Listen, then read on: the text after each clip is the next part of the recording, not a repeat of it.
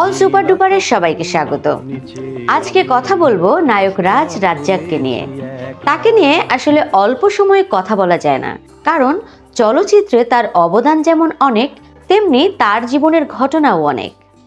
আপনারা কি জানেন, নায়ক রাজ রাজ্জাক প্রথমে কলকাতার সিনেমা জগতে কাজ করেছিলেন। টালিগঞ্জে মানে কলকাতায় তিনি খুব ছোট্ট ছোট্ট ক্যারেক্টার দিয়ে শুরু করেন তার অভিনয় যাত্রা। এরপরে তিনি চলে আসেন বাংলাদেশে।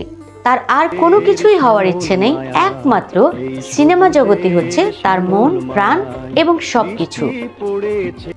অদম্য ইচ্ছা তাকে দমিয়ে রাখতে পারেনি, শত কষ্টেও তিনি ঠিকই তার চলচ্চিত্রে জায়গা করে নিয়েছেন।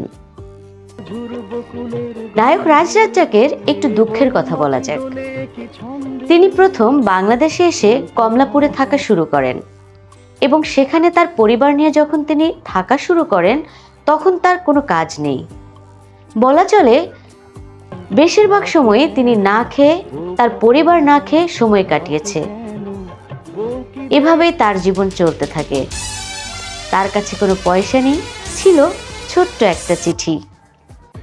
সেই চিঠিটি তিনি পরিচালক জব্বারের কাছে নিয়ে যান তখনকার সময়।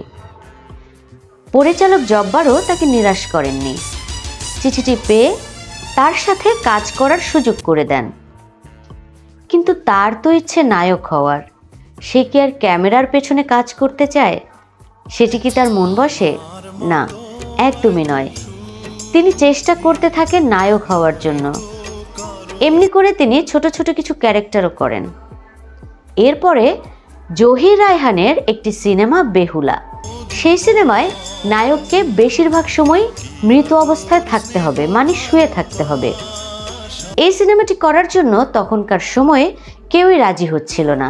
বিশেষ করে যারা একটু তখনকার সময় সুপারহিট নায়ক, তারা কেউই এমন একটি ক্যারেক্টার করতে একদমই রাজি হলো না।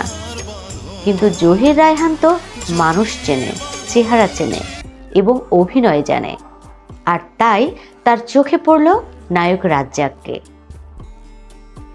রাজ্জাককে তিনি অফার করলেন। তিনি বললেন, এমন একটি ক্যারেক্টার আছে যেখানে তোমাকে শুয়ে থাকতে হবে, তুমি কি করবে? কোনো কথা নেই, নায়ক রাজ রাজ্জাক তো খুশিতে ডগমগ। তিনি রাজি হয়ে গেলেন এবং বেহুলায় কাজ করলেন। এই বেহুলা সিনেমাতেই তিনি সুপার ডুপার হিট। এরপরে কিন্তু তাকে আর পেছনে ফিরে তাকাতে হয়নি। একটা সময় তার সঙ্গে কাজ করার জন্য নায়িকারাও মুখিয়ে থাকতেন। নায়ক রাজ রাজ্জাকের সঙ্গে কাজ করা মানে বিশাল ব্যাপার, তার ভাগ্য খুলে যাবে এমনটাই মনে করত অনেক নায়িকারা। এরপরে রাজ্জাক তো তার নিজের রাজলক্ষ্মী প্রোডাকশন করলেন, সেখান থেকেও বেশ কিছু সিনেমা তিনি প্রযোজনা করলেন, সেগুলো বেশ সুপারহিট। এই হচ্ছে নায়ক রাজ রাজ্জাকের ছোট্ট কিছু ঘটনা আপনাদেরকে শেয়ার করলাম। আমাদের অল সুপার ডুপারের ভিডিওগুলো আপনাদের কেমন লাগে? ভালো লাগলে লাইক, কমেন্ট এবং শেয়ার করুন। আর বন্ধুরা, সাবস্ক্রাইব করে অবশ্যই আমাদের সঙ্গেই থাকুন। আজকের মতো বিদায়।